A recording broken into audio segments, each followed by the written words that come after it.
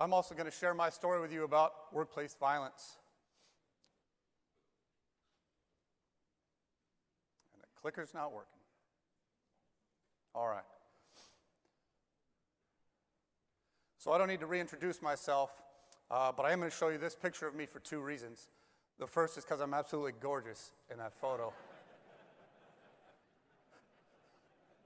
The second reason I show that picture, yeah.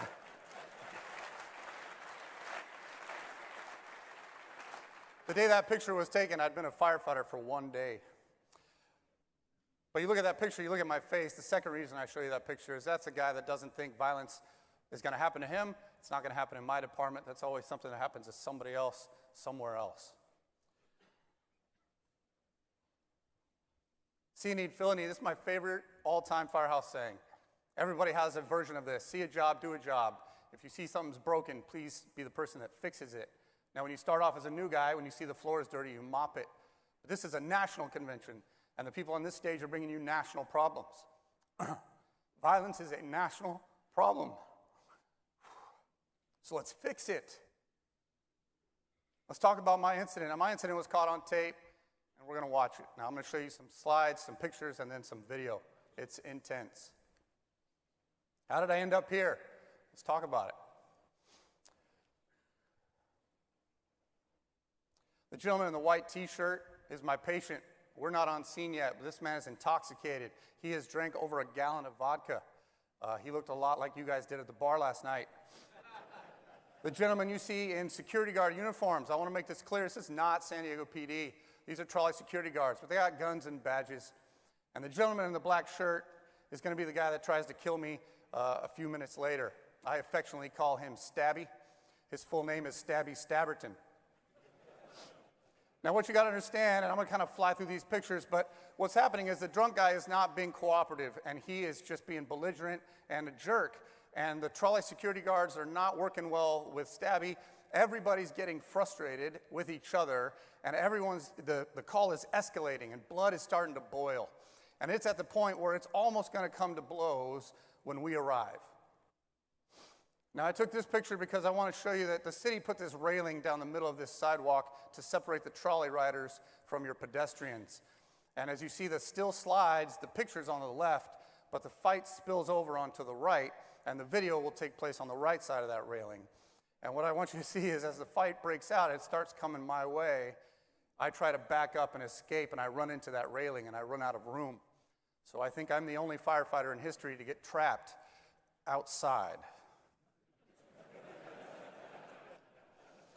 This is my engine company, Engine 4. We're the busiest engine in the city. We are the fourth busiest in the nation. We average 25 calls a shift. This is our 10th call of the day and our third time at the trolley stop already.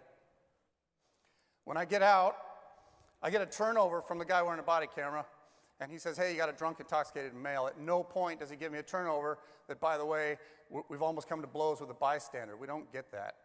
So we grab our gear, and we walk over a block to get to our scene. As we find our patient, we kind of circle up. We make our protective bubble like you guys are used to. There's 9 of us total, 4 firefighters and 5 security guards with guns. My partner jumps in, starts an assessment, and look at me. I get a turnover from Stabby. It's about 30 seconds. I listen to what he has to say. He doesn't really give me a lot of helpful information, but I placate him, and I thank him for his help, and he says, no problem, and he grabs his backpack, and he walks away. And if you're looking at my face, you see that I am now focused on my patient. What I don't see is if you look over my right shoulder, Stabby didn't go very far. He actually was still pretty pissed off. And so he comes back and he wants to re-engage and he wants to get back into that verbal, physical, violent argument with trolley security guards. But what happens is he actually ends up going after my captain. And he gets in my captain's face and he starts putting his finger in his chest and he starts cussing at him. And my captain just says, hey man, I need you to back up. I need you to back up and give us some space. And he pushes the guy back. The guy trips over a park bench. And there it is, the ignition. Now, we've been only on scene 90 seconds when this fight goes sideways. Now, he gets up and he starts slamming into a security guard. And if you look over my right shoulder again, you'll see he is absolutely throttling this security guard. So I break away, I run over to help, and my thought is I'm going to tackle this guy, we're going to put him in handcuffs, and this fight is going to be over. But before I can get to him, they hockey check him over that railing, and it spills over onto the other side of that railing. The fight doesn't stop. Stabby gets on his feet, and he just starts pounding a security guard. So I jump over that railing, and as he hauls back to punch somebody, I get between him and the security guard, and I push him apart, and I say, "Stop it. Stop fighting." And I'm trying to figure out what's happening. Now, as you can see, my hands are up, and I'm trying to calm this guy, but watch Stabby's right hand. He's slowly reaching for a knife. Now, I don't see that, but I know right away this is going ugly. Here's my security guards pepper spraying the air. Thank you, fellas. Fantastic job. But right now, guys, what was 9-on-1 is now suddenly 1-on-1. And this guy's got a look in his eye I've never seen before, and I know I'm in trouble. So I start backing up, and there's that railing, gets in my way. Yeah. That severed a nerve in my back, missed my kidney by an inch. Look at the look on his face. Yeah, this one broke my rib, punctured my lung, almost killed me. I don't know I'm being stabbed. And what you got to understand is when I think I'm just being punched. When he pulls the knife out of my chest, all the air in my lung goes out sideways, and it knocks the wind out of me, and I double over and I go, ugh, and he tries to stab me in the head, and he misses. Now, when I came back to work, my entire department had watched this video, and they go, "Benny, you are such a badass. He tried to stab you in the head, and you totally ducked that guy." And I go, "Damn right. I'm like a ninja." But that's not what happened. I just got insanely lucky. Now, I want you guys to know, you'll be proud to know, I adhered to the 3 most fundamental rules to being a firefighter. Rule number 1, always look good. Rule number 2, always know what you're doing. Rule number 3, if you can't follow rule number 2, please revert back to rule number 1. I am losing this fight. I have no idea what's happening. And my first thought, I fixed my sunglasses.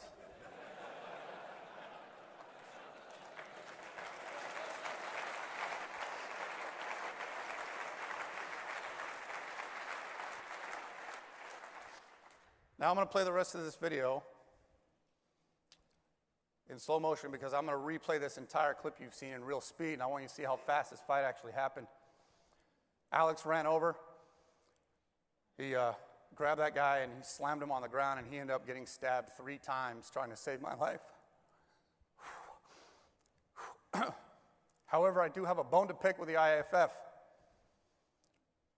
Alex jumped over that railing, tackled that guy, saved my life. He was given the Medal of Valor from the IAFF for saving my life. But 3 seconds earlier, I jumped over the railing to save a security guard. I got nothing. Somebody in this room owes me an explanation and a beer.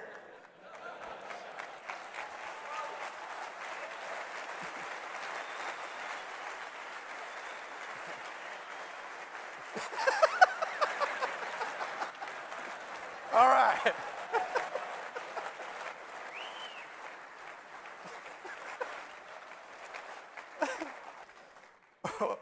Oh boy, okay. Here's that same clip, real speed.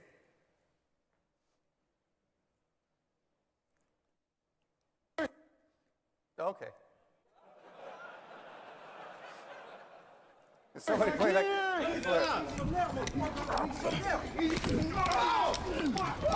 Cover now! Cover now, cover now, cover now.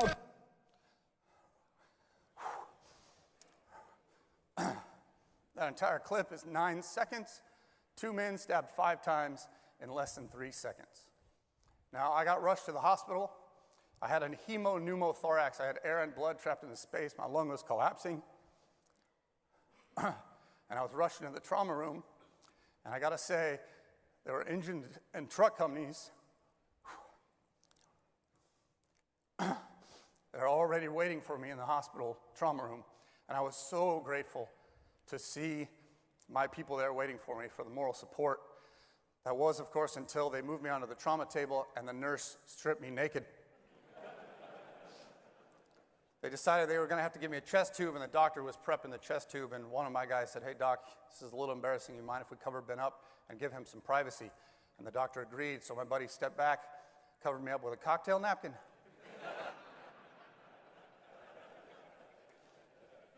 One of my other buddies yelled out, "Dude, that's a waste of half a napkin." Not cool. But I did manage to find a picture of what that must have looked like, and I'm pretty sure this is how I looked.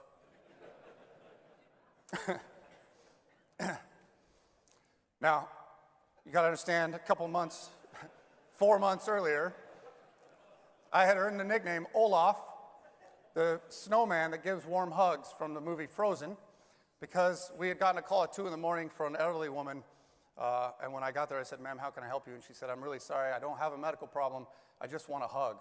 And I gave her a hug, and I ended up with bed bugs and lice.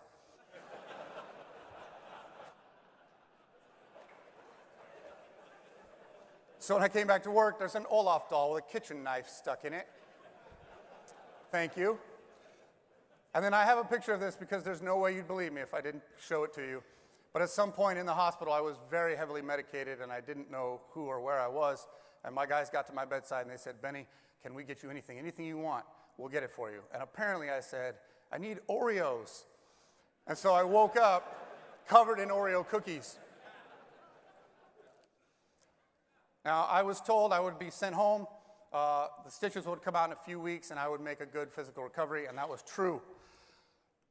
What they didn't tell me was about the mental health issues. Now, I travel the country now and share my story. It's usually a 90-minute version of this, but it's all about the mental health.